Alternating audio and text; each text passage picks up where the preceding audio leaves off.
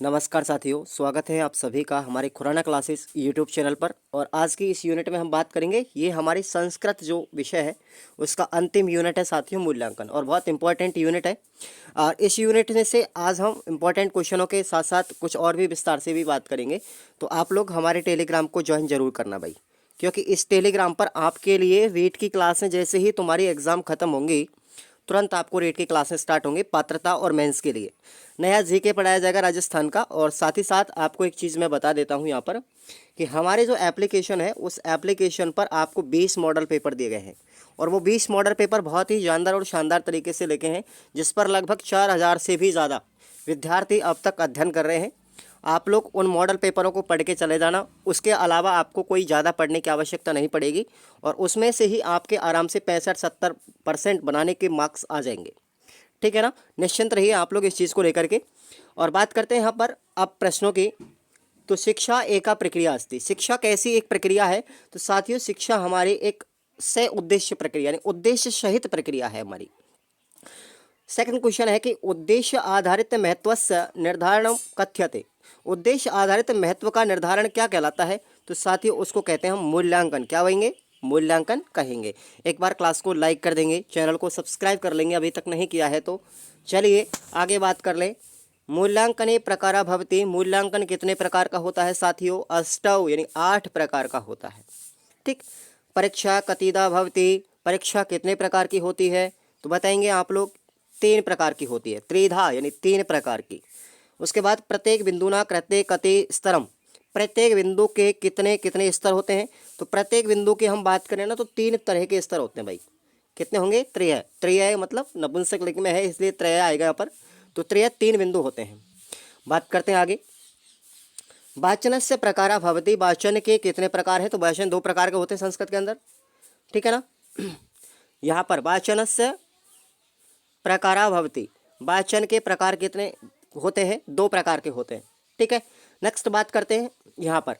आकलन से उपकरणानि भवति, आकलन के उपकरण होते हैं। कितने होते हैं उपकरण? बताओ भाई।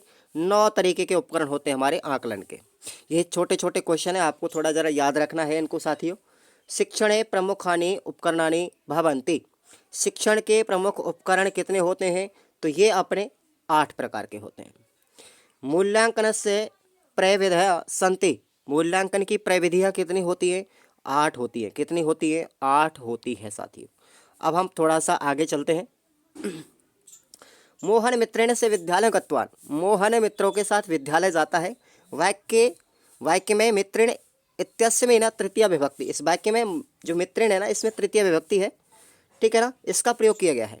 उक्त प्रश्न मूल्यांकने कम उद्देश्य पूर्ति, ये जो उक्त प्रश्न है मूल्यांकन के किस उद्देश्य की पूर्ति करता है? तो ये करता है साथियों ज्ञान उद्देश्य की पूर्ति करता है। ज्ञान उद्देश्य मूल्यांकन की पूर्ति करता है। ऑप्शन आपका ए हो जाएगा। शिक्षण विधि सरलीकरणे शिक्षया च स्तरम उन्नतो महत्वपूर्णाम भूमिका के बाहयति, शिक्षण विधि के सरलीकरण में शिक्षा और शिक्षा के स्तर को उन्नत बनाने के लिए महत्वपूर्ण भूमिका कौन अदा करता है? तो याद रखेंगे आप लोग, मूल्यांकन करता है।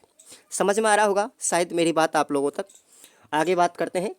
प्रश्नस्य उत्तरम संस्कृते प्रदानेन बालकस्य परीक्षणम भवति, प्रश्न के उत्तर संस्कृत में प्रदान किए जाए तो बालक का कौन सा परीक्षण होता है? उसमें होता है साथियों अभिव्यक्ति परीक्षण कहलाता है वो। नेक्स्ट है अभिव्यक्ति उद्देश्यपरक प्रश्नो भवति, तो अभिव्यक्ति उद्देश्यपरक जो प्रश्न होते हैं वो कैसे होते हैं? तो विनश्यति पदस्य संस्कृत वाक्य प्रयोज्य स्व। ठीक है, तो ऑप्शन आपका सी हो जाएगा। अगला क्वेश्चन है कि मूल्यांकनम अस्मान बोधयति यत छात्रेषु क्रियत मात्रा पर्यंतम उद्देश्यानि प्राप्तानि कथन अस्ति, तो आपका आ जाएगा दंडेकारस्य। क्या बोलेंगे उसको? दंडेकारस्य का ये कथन है, ध्यान रखना। ये कथन किसका है?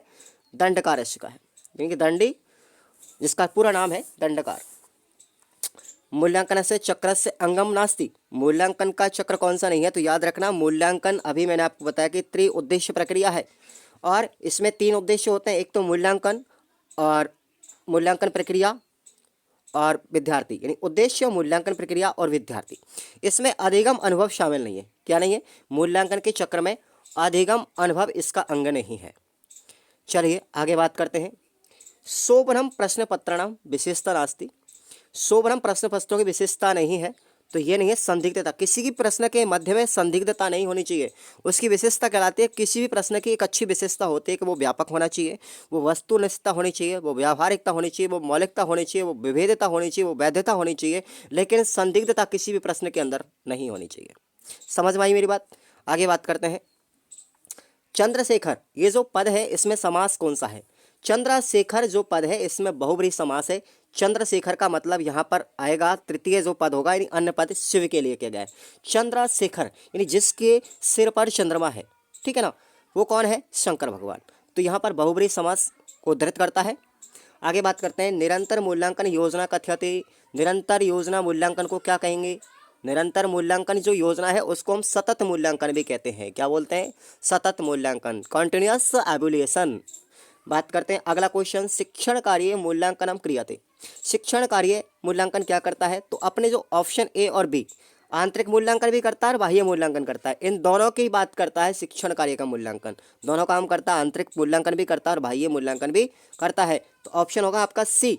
ओके, आगे बात करते हैं। नेक्स्ट देखिए, नेत्रस्य पर्याय निर्माण, नेत्रस्य पर्याय निर्माण निर्मापीय उक्त प्रश्न मूल्यांकन कस्य उद्देश्य पूर्ति। ये जो प्रश्न आपको दिया गया है ये किस उद्देश्य की पूर्ति कर रहा है? ये अभिरुचि उद्देश्य की पूर्ति कर रहा है। वस्तुनिष्ठ प्रश्नानां सर्वश्रेष्ठ गुणो अयम अस्ति यत्, वस्तुनिष्ठ प्रश्नों का एक सर्वश्रेष्ठ गुण कौन सा होता है? उसकी वस्तुनिष्ठता। क्या होती है? उसकी वस्तुनिष्ठता। अस्मिन् अधिक वस्तुनिष्ठता भवति, उन प्रश्नों में अत्यधिक वस्तुनिष्ठता पाई जाती है। समझ में आया? ऑब्जेक्टिव टाइप के प्रश्न हमारे यहाँ पर पूरे होते हैं। उसके बाद हम आते हैं कि थोड़े बड़े प्रश्नों की तरफ, यानी अति लघु उत्तरात्मक। क्लास को लाइक करना भाई, सबके सब क्लास को लाइक कर लेना। मूल्यांकन किम कथ्यते प्रतिपाद्यते, मूल्यांकन किसे कहते हैं? वर्णन कीजिए। तो शिक्षा के क्षेत्र में, शिक्षा या क्षेत्रे मूल्यांकनस्य आयामस्य नवीन प्रत्ययस्य विकासो जाता, एतद अनुसार शिक्षा से उद्देश्य एका प्रक्रिया अस्ति, शिक्षा उद्देश्य से निर्धारित प्रणाली मूल्यांकन कथ्यते। तो शिक्षा के क्षेत्र में मूल्यांकन के जो आयाम है, नवीनतम प्रत्यय है, उनका विकास होना, ठीक है ना। इसके अनुसार शिक्षा का उद्देश्य एक प्रक्रिया है। शिक्षा के उद्देश्य, शिक्षा क्या है? एक से उद्देश्य प्रक्रिया है, और शिक्षा के उद्देश्यों को निर्धारित करने वाली प्रणाली क्या कहलाती है? मूल्यांकन कहलाती है। आंतरिक मूल्यांकन किसे कहते हैं? तो भैया आंतरिक मूल्यांकन कहते हैं पाठ के अंतर्गत जो मूल्यांकन हम करते हैं, पाठोपरांतम, पाठ के उपरांत जो मूल्यांकन होता है वो आंतरिक मूल्यांकन कहलाता है। पाठस्य सारा लेखनस्य, पाठस्य सारा लेखनम कस्य प्रकारस्य उद्देश्यस्य प्रश्नो अस्ति, तो अर्थ ग्रहण उद्देश्य की पूर्ति करता है। पाठ का जो सारांश होता है वो किसी भी लेखन के किस प्रकार के उद्देश्य की पूर्ति करेगा? अर्थ ग्रहण उद्देश्य की पूर्ति करता है, जिसमें मूल्यांकनस्य हेतु एकम प्रश्नम क्रियते, जिसमें एक ही प्रश्न होता है, ठीक है ना। मूल्यांकन के लिए केवल एक ही प्रश्न दिया जाता है। मूल्यांकनस्य अर्थ किमस्ति लिख्यताम्, मूल्यांकन का अर्थ क्या होता है? तो देखेंगे आप लोग, यस्सा क्रिया, इस क्रिया के अनुसार अस्मान इदम जायते गायते यत छात्रा विषय वस्तु न क्रियतो ज्ञानम प्राप्तम, जिस विद्यार्थी के द्वारा जो विषय वस्तु को प्राप्त किया जाता है, तत् मूल्यांकनम कथ्यते, उसे ही मूल्यांकन कहा जाता है। अब हम बात करते हैं वस्तुनिष्ठ प्रश्न जो है, वस्तुनिष्ठ प्रश्नेषु केषां प्रकरणम प्रश्न आयन्ति, वस्तुनिष्ठ प्रश्नों के अंदर किस प्रकार के प्रश्न आते हैं? तो वस्तुनिष्ठ प्रश्न हमारे यहाँ पर 4 प्रकार के होते हैं, ठीक है ना। Type of objective type questions, याद रखना आप लोग, 4 प्रकार के क्वेश्चंस होते हैं। पहला है बहुचयनात्मक प्रश्न, दूसरा प्रकार है रिक्त स्थान की पूर्ति करना, तीसरा है सत्य रूपतया प्रश्न, यानी सत्य और असत्य के प्रश्न जो होते हैं, और चौथा टाइप है हमारा एक शब्द उत्तरस्य प्रश्न, एक शब्द में उत्तर देने वाले प्रश्न। तो ये हमारे 4 प्रकार होते हैं वस्तुनिष्ठ प्रश्नों के, जिनको आप याद रखना साथियों, बहुत इंपॉर्टेंट क्वेश्चन है। आगे बात करते हैं। अब देखेंगे हम यहाँ पर थोड़े और इंपॉर्टेंट क्वेश्चंस की बात करते हैं। मूल्यांकन कितने प्रकार के होते हैं? तो मूल्यांकन 4 प्रकार के होते हैं, याद रखना। अब कौन कौन से हैं? जैसे प्रवेश मूल्यांकन, पहला कौन सा है? प्रवेश मूल्यांकन। छात्राणाम विविधासु कक्षासु प्रवेशाय प्रवेशात पूर्व तत्संबंध ज्ञानस्य परीक्षणम क्रियते, यानी प्रवेश के समय छात्रों का जो ज्ञान परीक्षण किया जाता है प्रवेश से पहले, उसको हम पूर्व ज्ञान कहते हैं, वो परीक्षण करना क्या कहलाता है? प्रवेश मूल्यांकन। उसके बाद खंड मूल्यांकन, छात्रे व शिक्षक बच्चे शिक्षण अधिगम प्रक्रिया प्रतिफल से ज्ञान अधिगमे अग्रेसराय च इयमेव पुनः पुनर्बलनतया कार्य करोति। तो ये हमारा सेकंड टाइप हुआ मूल्यांकन का, खंड मूल्यांकन। तीसरा है दोष निर्णायकम मूल्यांकन। इसमें क्या होगा कि शिक्षण अधिगम संदर्भ में छात्रेणु भूयमानां समस्यानां मूल्यांकनम दोष निर्णायकम मूल्यांकन भवति। इसमें किसी भी शिक्षण के अधिगम को लेकर के छात्र को जो समस्या महसूस होती है उनके दोष का निवारण करना, ये क्या है, दोष निर्णायकम मूल्यांकन कहलाता है। उसके बाद है संकलन मूल्यांकन।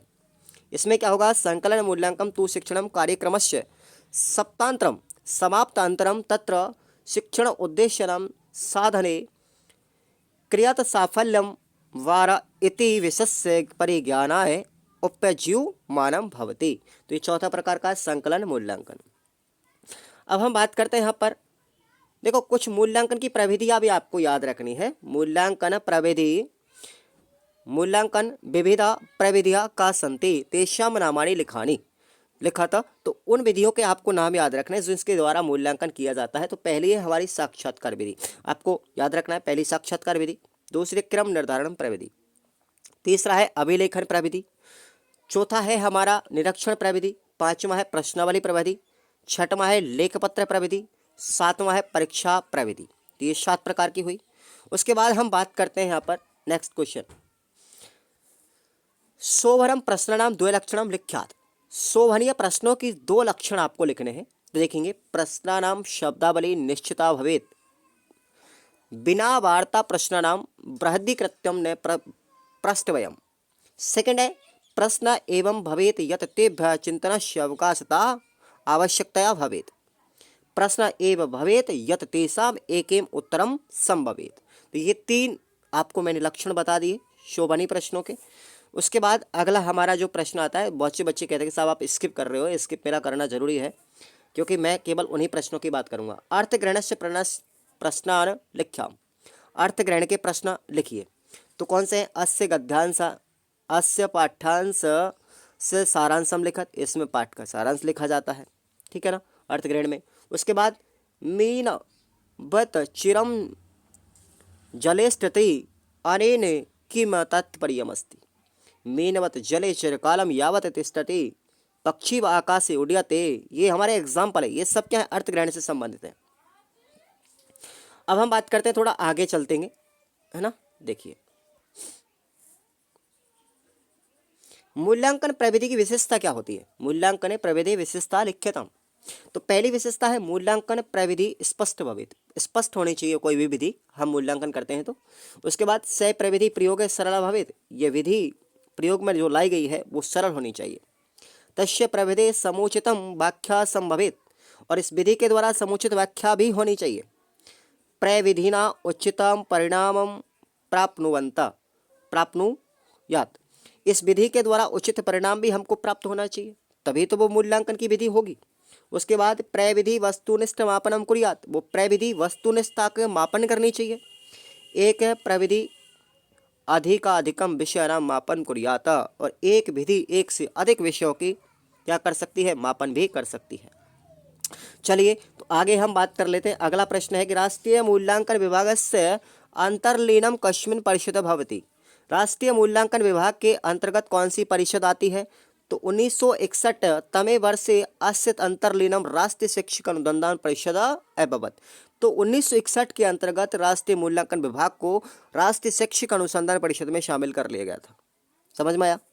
आगे बात करते हैं हम। अगला क्वेश्चन, शिक्षक मूल्यांकन विषय विभिन्न आयोग किम किम निर्धारित है। शिक्षक मूल्यांकन विषय के द्वारा विभिन्न प्रकार के आयोग कौन कौन से निर्धारित करते हैं। तो कोठारी आयोग है पहला, कौन सा है, कोठारी आयोग, जिसकी स्थापना 1964-66 में हुई। और इसके अनुसार एतद अनुसार छात्रा अपि शिक्षकस्य शिक्षण शैलीं तस्य व्यवहारणं च आधृत्य चर्चा कुर्वन्ति। यत् शिक्षकस्य व्यक्तित्वं तेषु सह समाहितं भवति ईदृशं मूल्यांकनम अंत्यक्रिया एवं परिणाम। राष्ट्रीय शिक्षा नीति भी इसके अंदर है। राष्ट्रीय शिक्षा नीति भी इस चीज पर बल देती है मूल्यांकन के लिए, जिसकी स्थापना 1973 में। तो आत्म मूल्यांकनम सहयोगनम मूल्यांकनम विभागीय मूल्यांकनम छात्र शिक्षण मूल्यांकन से चर्चा करता। विश्वविद्यालय अनुदान आयोग, जिसकी स्थापना 1997 में हुई। तु शिक्षणां निष्पादनस्य मूल्यांकन अपेक्षितं कथितं येन छात्रेषु शिक्षक प्रभावते शिष्टाचारं च व्यापकम भवेत। तो ये आपको याद रखना है, किसी भी शिक्षक के मूल्यांकन के लिए विभिन्न प्रकार के आयोग क्या क्या निर्धारित करते हैं। आगे हम बात करते हैं सतत व्यापक मूल्यांकन कितने प्रकार का होता है। सतत व्यापक मूल्यांकन से कति भागा संति। तो सतत व्यापक मूल्यांकन के कितने भाग हैं, याद रखना 2 भाग हैं। पहला है संरचनात्मक मूल्यांकन जिसको हम फॉर्मेटिव असेसमेंट बोलते हैं, और दूसरा है संकलनम मूल्यांकन जिसको हम समेटिव असेसमेंट बोलते हैं। आप लोग हिंदी में पढ़े होंगे FA और SA, तो ये हम साइको में भी पढ़ेंगे मूल्यांकन की प्रश्नावली को, टेंशन मत लीजिए आप लोग। अब हम थोड़े बड़े प्रश्नों की तरफ आते हैं, ठीक है ना। देखिए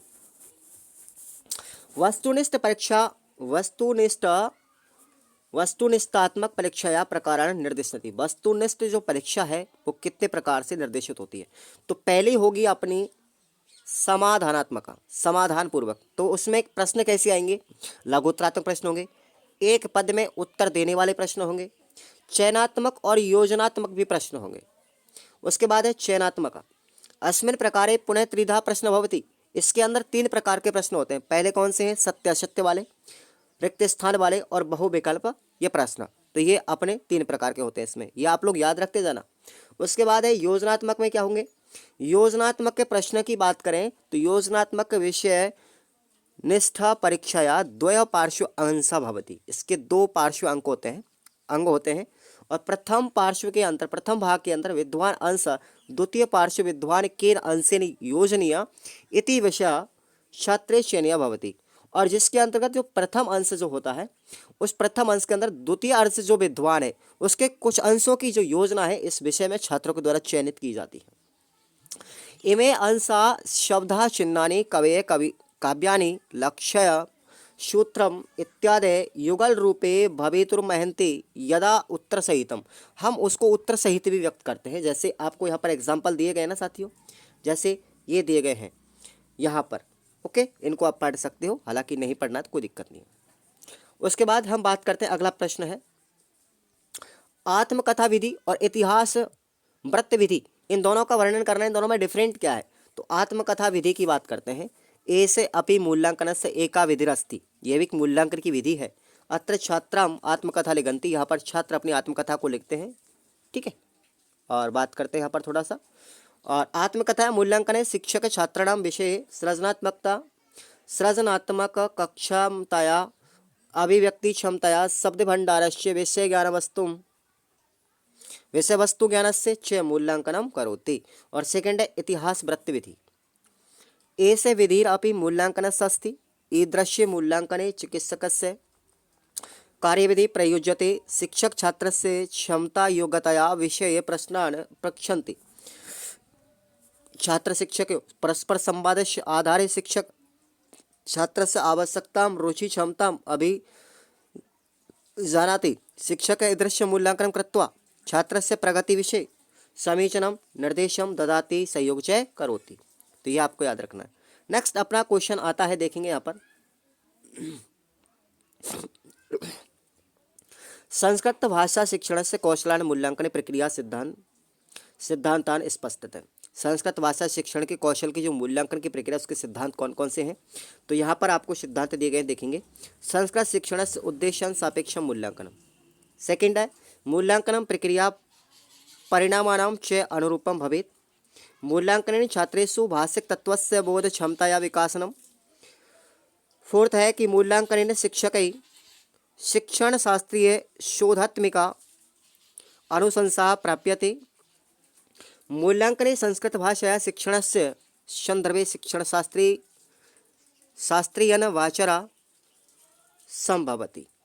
ये आपको याद रखना। उसके बाद अगला प्रश्न है कि परीक्षार्थम प्रश्न पत्र में मूल आधारम भवति। जो परीक्षा के लिए प्रश्न पत्र बनाए जाते हैं उनके मूल आधार क्या होना चाहिए, इसको स्पष्ट करना थी, स्पष्टियत है। तो 3 आधार आपको याद रखने, 3 गुणों की यहाँ पर अपेक्षा की जाती है। पहला गुण है प्रामाणिकता। कौन सा है, प्रामाणिकता। आदर्श पूर्णस्य प्रश्न पत्र से प्रामाणिकता मुख्य लक्षण भवति। स्टोरडोला महोदय कहते हैं, स्टेडोला महोदय क्या कहते हैं कि बेसिक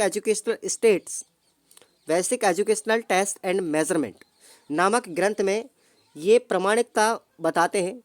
यानी उद्देश्यानि शिक्षणस्य अपेक्षितानि भवन्ति तेषां पूर्णं यत्र भवति तत्र प्रामाणिकता भवति।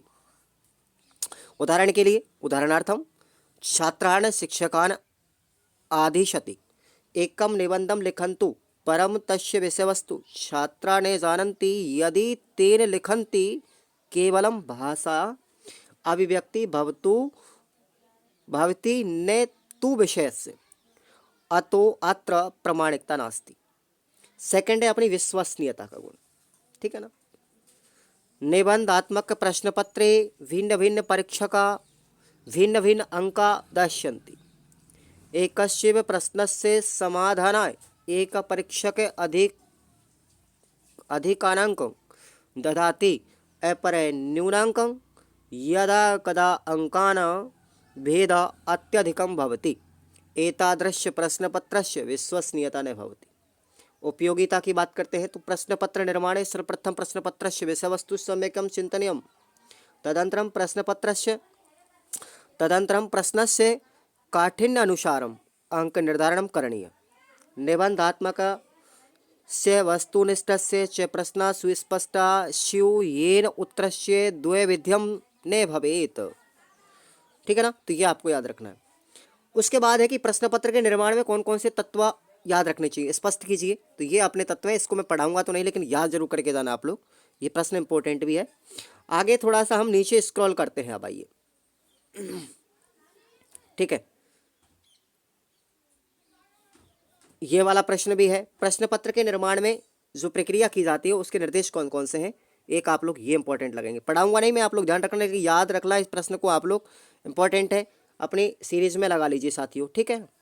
अगला अपना प्रश्न आता है, एक लास्ट डेट है, शायद एक या दो प्रश्न और बचे हैं।